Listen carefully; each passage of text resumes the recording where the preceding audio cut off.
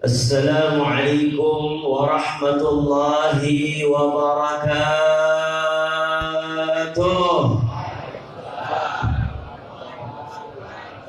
Alhamdulillah. Alhamdulillahilladzi tafarrada bil baqa'i wal qidam. Wassalatu wassalamu ala nuril atam. Misbahul dhulam. Syafi'il umam Sayyidina Maulana Muhammad. Sayyidina wa Maulana Muhammad. Sayyidina wa Maulana Muhammad. Allahumma salli wa sallim ala Sayyidina Muhammad wa ala alihi wa sahbihi wa sallam, amma ba'd.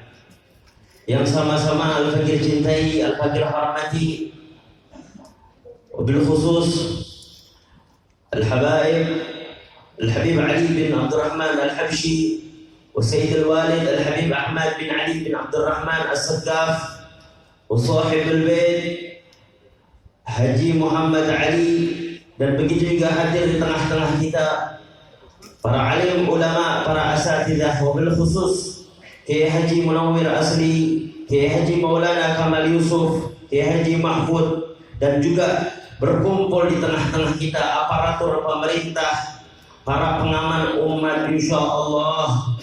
Di antaranya Bapak Wali Kota Jakarta Selatan Haji Munzirin, dan juga Bapak Kapolres beserta para alim ulama, para asatidzah, para tokoh masyarakat, dan para aparatur pemerintah.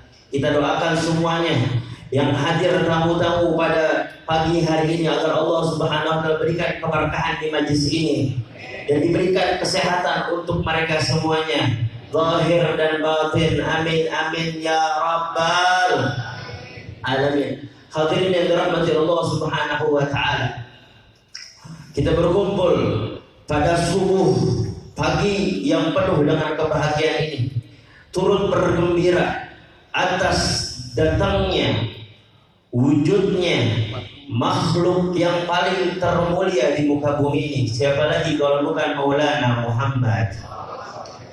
Makhluk yang paling mulia,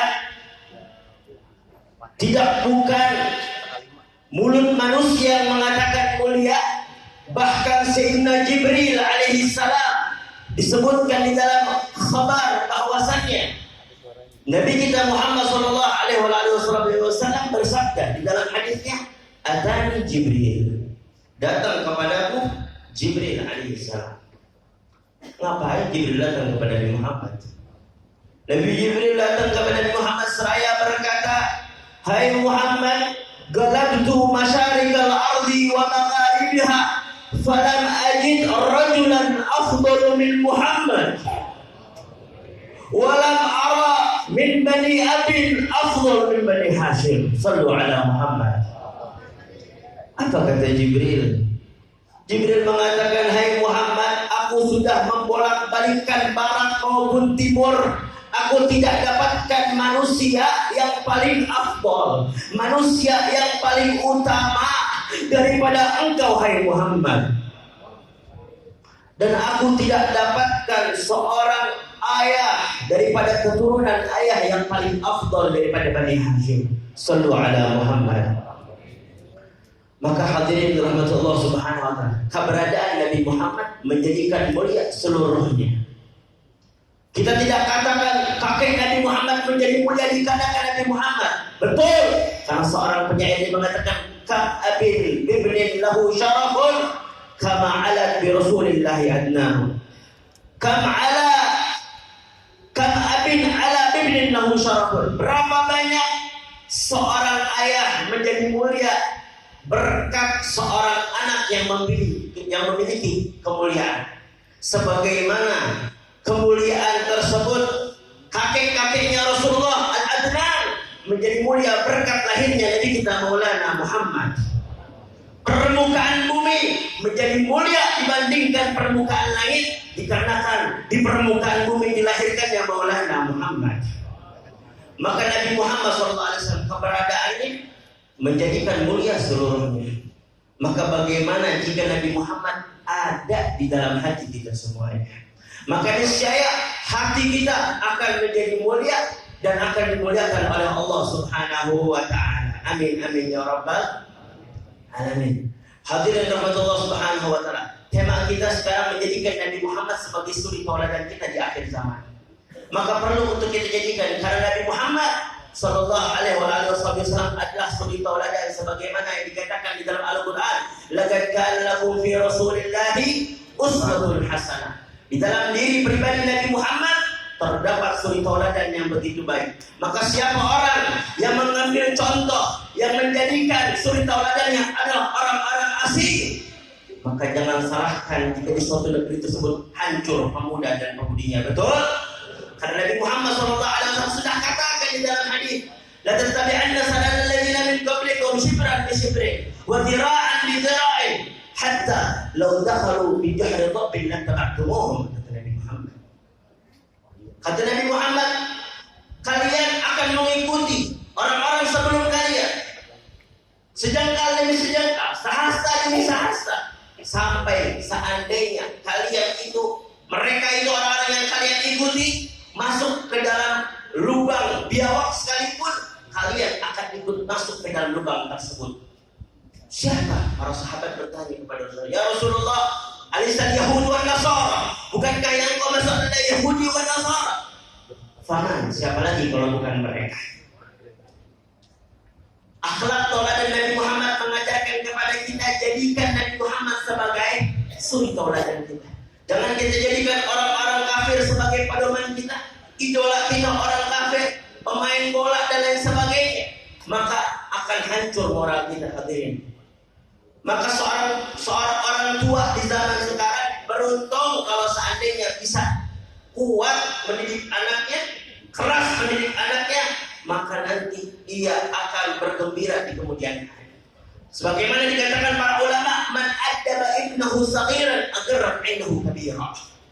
Siapa orang yang mendidik anaknya di kala ia kecil, ngomong kotor, ditegur, dimarahin, dicubit, dijewet, itu selayaknya orang tua yang ada di zaman sekarang. Karena anak-anak kita sekarang contoh mereka adalah HP. Maka wajar jika seandainya apa yang mereka tonton akan menjadi kehidupan mereka dikala mereka ada di sisi kita. Maka itu hadirin, para ulama mengatakan siapa orang yang mendidik anaknya di kala kecil dengan didikan yang luar biasa, agar ayyahu kabira, maka nanti di kemudian hari anak itu akan tumbuh dewasa, anak itu akan tumbuh dengan apa? Dengan penuh kesuksesan. Ketika sudah tumbuh sukses, akan membuat gembira orang tua itu. Maka itu dan hadirin rahmatullah subhanahu wa ta'ala, di akhir zaman yang penuh dengan tantangan ini, yang penuh dengan apa? Tantangan ini, apa yang harus kita pedomankan? Yang kita harus pedomankan adalah didikan Nabi Muhammad SAW di hadapan para sahabat. Pernah suatu ketika Nabi Muhammad SAW kedatangan seorang badui. Kedatangan siapa? Seorang badui. Ini seorang badui datang ke Rasulullah. Ngapain? Rasulullah lagi menjelaskan kajian hal yang penting. Datang orang badui, udah pakaiannya begitu luar biasa. Nabi Muhammad lagi menjelaskan sampai orang badui mengatakan, ya Rasulullah, mana sa'ah? Ya Rasulullah, kapan tibanya hari kiamat? Enggak dihawil sama Rasulullah, dijimin sama Rasulullah. Sampai Rasulullah kelar menjelaskan, Rasul bertanya, tadi siapa yang nanya? Dijawab, ha ana ya Rasulullah, kata seorang badui, aku yang bertanya ya Rasulullah. Apa yang kau ingin tanyakan, hai badui? Maka kata Rasulullah SAW, apa yang ingin kau tanyakan, hai badui? Maka seorang badui tersebut mengatakan, ya Rasulullah, mata sa'ah, kapan hari kiamat? Maka Rasulullah SAW mengatakan, engkau bertanya tentang hari kiamat? Na'am ya Rasulullah, idza dhi'atil amanah fantadhir sa'ah. Jika amanat sudah hilang, maka tunggu hari kiamat. Dahsyat hadirin, ini adalah didikan Nabi Muhammad SAW. Karena Nabi Muhammad adalah Al-Amin, orang yang paling terpercaya. Orang yang terpercaya, seluruh perilaku kepribadiannya adalah moral akhlak yang bagus. Maka kepercayaan ini penting, baik kita tanamkan terhadap anak-anak kita, pemuda dan pemudi, ataupun siapa daripada orang-orang yang menjabat daripada pemimpin. Perlu untuk kita tanamkan yang namanya apa? Al-amanah, kepercayaan. Kata Rasulullah SAW, "Idza duyi'atil amanah fantadhir sa'ah." Jika amanat sudah hilang, maka tunggu hari kiamat. Shallu ala Muhammad. Jika amanat sudah hilang, tunggu hari kiamat, kata Nabi Muhammad. Maka seorang badui tersebut bertanya lagi, "Kaifa idha'atuha?" Bagaimana amanat itu bisa hilang, wahai Nabi? Bertanya lagi, kan bingung. Gimana? Kalau amanat sudah hilang, tunggu hari kiamat. Kepercayaan sudah hilang, tunggu hari kiamat. Maka kata Nabi Muhammad SAW, seorang badui tersebut setelah bertanya, bagaimana tanda hilangnya itu amanat? Nah, kata para ulama, kata Nabi Muhammad SAW, "Idza wussidal amr ila ghairi ahlihi fantadhir as-sa'ah." Jika amanat itu sudah diberikan kepada orang yang bukan halnya, bukan bidangnya, maka tunggu hari kiamat, kata Nabi kita Muhammad SAW. Adalah didikan Nabi kita Muhammad SAW untuk menanamkan amanat kepercayaan terhadap anak pemuda-pemudi di zaman sekarang, hingga mereka tumbuh nanti akan membawa kesuksesan untuk kita semuanya. Karena sekarang hadirin yang dirahmati Allah Subhanahu wa Ta'ala, perlu kita berbicara tentang amanah, karena Nabi kita Muhammad SAW datangnya liutammima makarimal akhlak, untuk memperbaiki akhlak kita semuanya. Maka Nabi Muhammad SAW datang dengan kepercayaan, datang dengan kesungguhan akhlak yang mulia. Maka kita datang membawa, kita melihat, menceritakan Nabi Muhammad SAW seperti ini untuk kita tiru, untuk kita lakukan. Karena kenapa? Akhlak Nabi Muhammad telah mensukseskan orang banyak. Akhlak Nabi Muhammad telah membuat orang sukses. Kenapa? Seorang badui datang, orang kafir datang merusaki barisan Nabi Muhammad ketika Nabi Muhammad lagi menyampaikan hal-hal yang penting. Rusak itu barisan Nabi Muhammad. Seraya ini orang badui mengatakan apa? Orang Yahudi ini mengatakan, "Ya Rasulullah, lunasin ente punya utang, lunasin ente punya, lunasin engkau punya hutang." Rasulullah dibuat jelek di hadapan para sahabat, dicela di hadapan para sahabat. Maka kalau misalkan kita dicela sama orang lain, maka kita harus sabar. Karena Nabi Muhammad SAW aja sabar kalau dicela. Di mana dikatakan, "Dan gila Allah dzul waladin." Allah Subhanahu wa Ta'ala aja dicela bahwa Allah itu punya anak. Begitu juga Nabi Muhammad SAW dicela bahwasanya apa? Gak kahana. Nabi Muhammad telah apa? Seorang penyair, seorang penyihir. Nabi Muhammad dicela. Apa? Bagaimana kita? Respon kita terhadap mereka-mereka itu? Nah, kita bersabar. Para ulama mengatakan, "Isbir li kulli musibatin wa tajannudi wa 'alam bi anna al-mar'a ghairu mufalladi idza atatka musibatan tusjalaha fadhkur musabaka bil habib Muhammadi." Jika datang musibah terhadap kalian, bersabar dari segala fenomena, tantangan, musibah yang ada pada antum. Fasbir li kulli musibatin wa tajannudi wa 'alam, ketahuilah bi anna al-mar'a ghairu mufalladi, seseorang itu tidak akan kekal hidup di permukaan bumi. Jika datang musibah terhadap engkau, idza atatka musibatan tusjalaha, bersabarlah. Fadhkur musabaka bil habib Muhammadi, maka ingatlah musibah engkau, bandingkanlah musibah engkau dengan musibah yang Nabi kita Muhammad.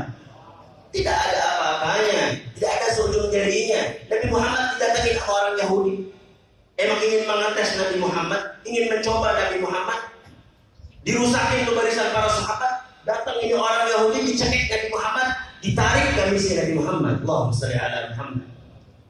Ditarik gamis Nabi Muhammad. Nabi Muhammad SAW terdiam sampai sahabatnya nggak kuat, muak sama ini orang Yahudi. Berdiri Sayyidina Umar ibn Khattab radhiyallahu berdiri, diajak dua, "Ya Rasulullah, izinkan aku untuk memenggal ini orang." Maka kata Rasulullah, "La ya Umar." Tuh Nabi Muhammad. Apakah keburukan dibalas dengan keburukan? La, tidak. Keburukan dibalas dengan kebaikan. Apa yang terjadi hadirin? Ini akhlak Nabi Muhammad. Ini akhlak Nabi Muhammad yang harus kita terapkan di tengah tantangan yang luar biasa di akhir zaman ini.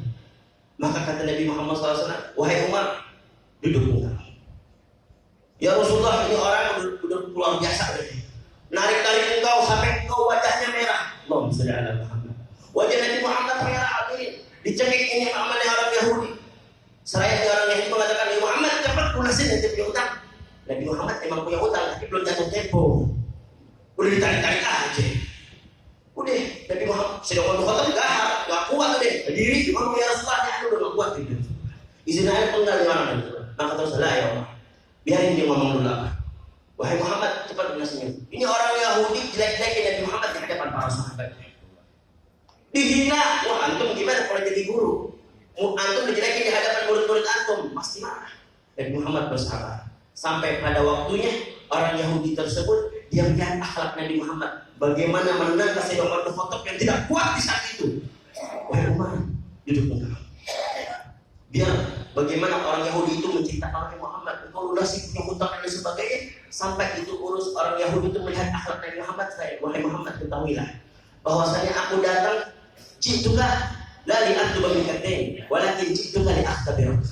Sampai orang Yahudi melihat akhlak Nabi Muhammad bagaimana menangis Sayyidina Umar bin Khattab, dia mengatakan, hai Muhammad, ketahuilah bahwasanya aku datang kepadamu sebetulnya bukan untuk menagih hutang, tetapi kedatanganku terhadapmu untuk menguji engkau, karena aku telah membaca Taurat dan juga Injil, dan aku dapatkan semua sifat-sifat yang baik yang disebutkan oleh para nabi-nabi terdahulu terdapat pada dirimu, wahai Nabi sallallahu alaihi Muhammad.